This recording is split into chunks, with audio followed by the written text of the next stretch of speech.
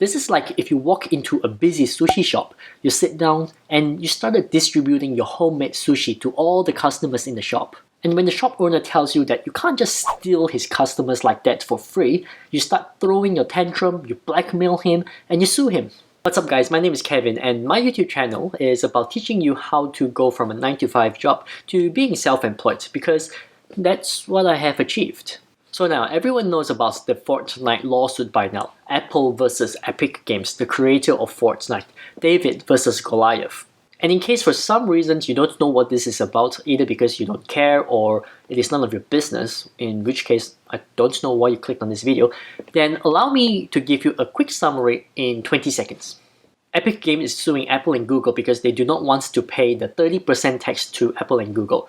And Epic Games claims that Apple and Google are monopolizing the App Store and Google Play. That's all this lawsuit is about. But you may be wondering, who am I to talk about this hot topic?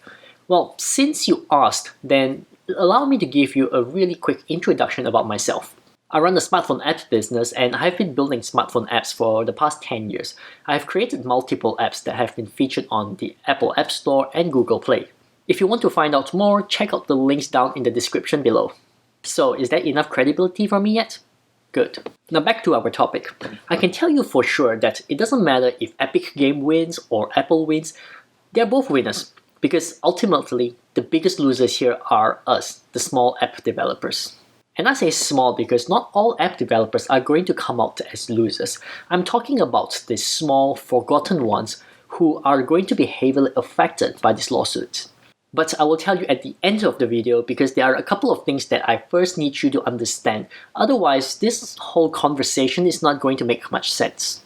So you first want to know what exactly is Apple and Google tax. If you already know what this tax is about, feel free to skip ahead. I'm just going to explain this to our young viewers. Now, if you want to build apps for the App Store or Google Play, you first need to sign up for their developers program.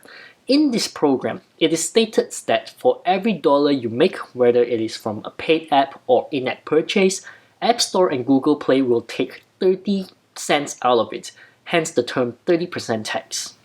Now this isn't something negotiable, it is in the terms and conditions, something you have to accept, otherwise you will not be approved.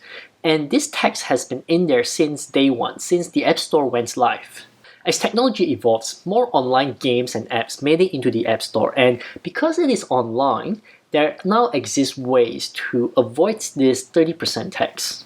For example, Fortnite could implement a new purchase system where players could buy digital coins using real money.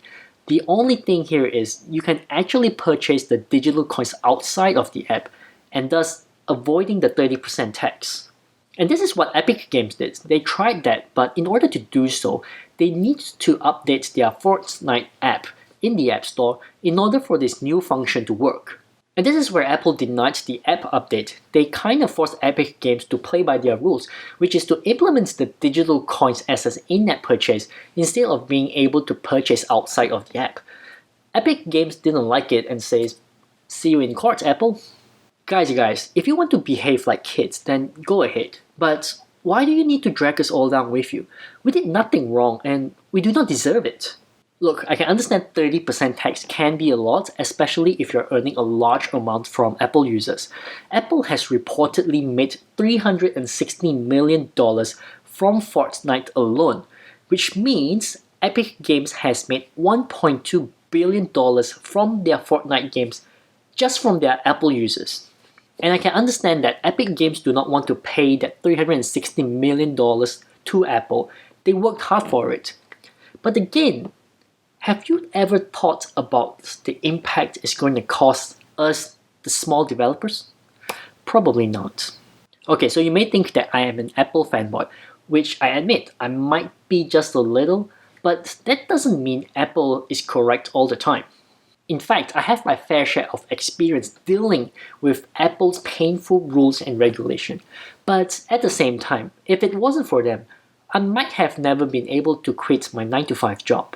Put it this way, if you want to quit your 9-to-5 job, you only need a couple of things. 1. A business that can help you earn money. 2. Access to a marketplace where your customers are. And 3. You just need to earn enough so that it overtakes your salary.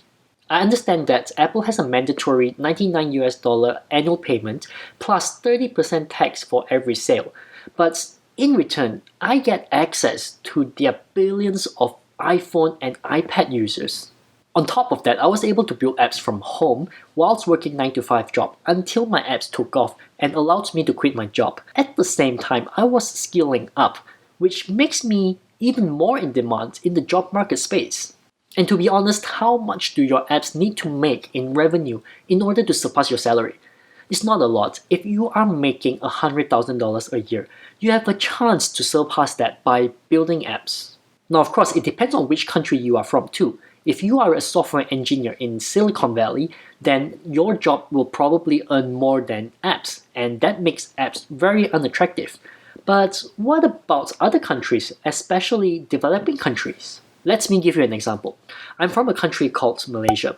The starting salary for a fresh graduate software engineer is 3,000 ringgit. Ringgit is the Malaysian currency. 3,000 ringgit is equivalent to 750 US dollars. If they were to build apps, all they needed to do was to make sure their apps earns $750 a month and they can quit their 9 to 5 job. Okay, let's give them the benefit of the doubt. This software engineer, he works really hard and he starts climbing the corporate ladder.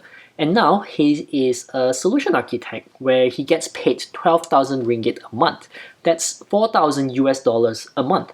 I'm pretty sure if you are a solution architect in Silicon Valley, your pay is going to be way more than just 4,000 US dollars a month. But you have to understand, different countries have different cost of living.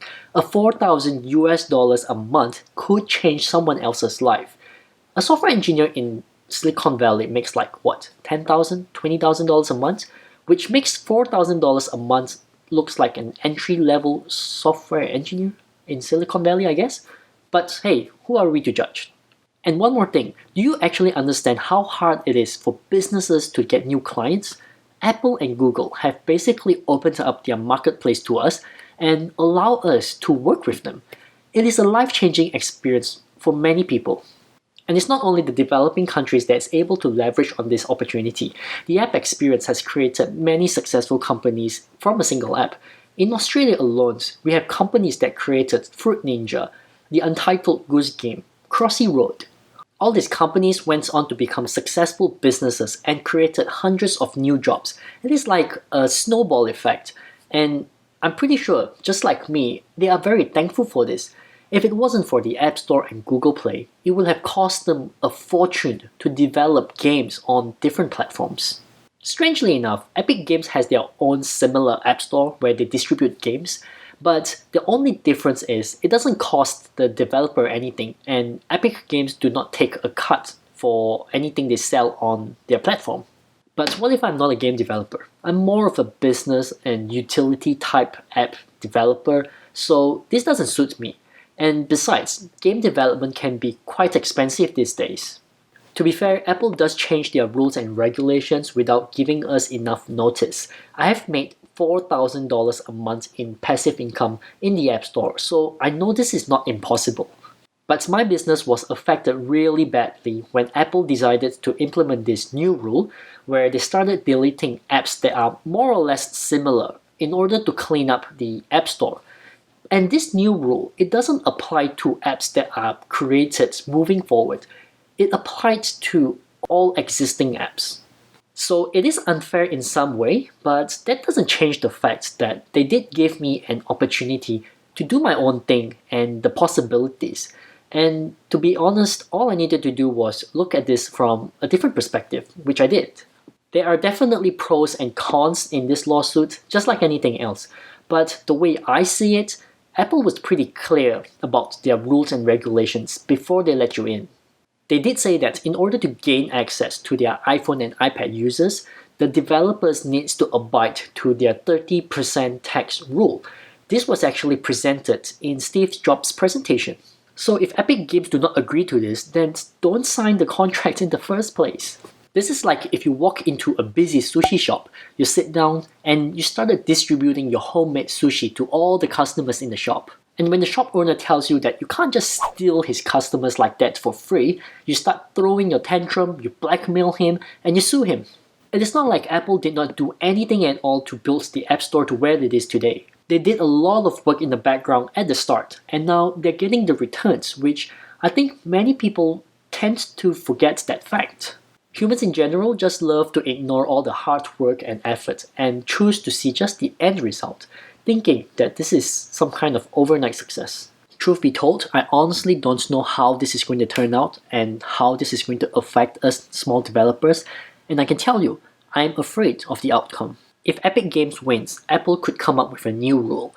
If Apple wins, they could still come up with a new rule in order to prevent things like this from happening again. Either way, the future for us app developers is uncertain, and it is quite sad because we don't know how many people who makes a living off this are going to be affected, and how many businesses are going to close down because of it. Alright guys, thank you for watching this video, and I hope this video provided you with some valuable insights about us small app developers who are hardly hurt and often crushed by the bigger players. Do like, comment, and subscribe if you enjoyed this video. If you do subscribe, make sure you leave me a comment down below so that I can personally thank you. Or just leave me a comment and let me know what's your perspective on this lawsuit. Remember to check out my other videos as well. I upload new videos twice a week and I try to give you different values with each new video I uploaded. So thank you again and I'll see you around.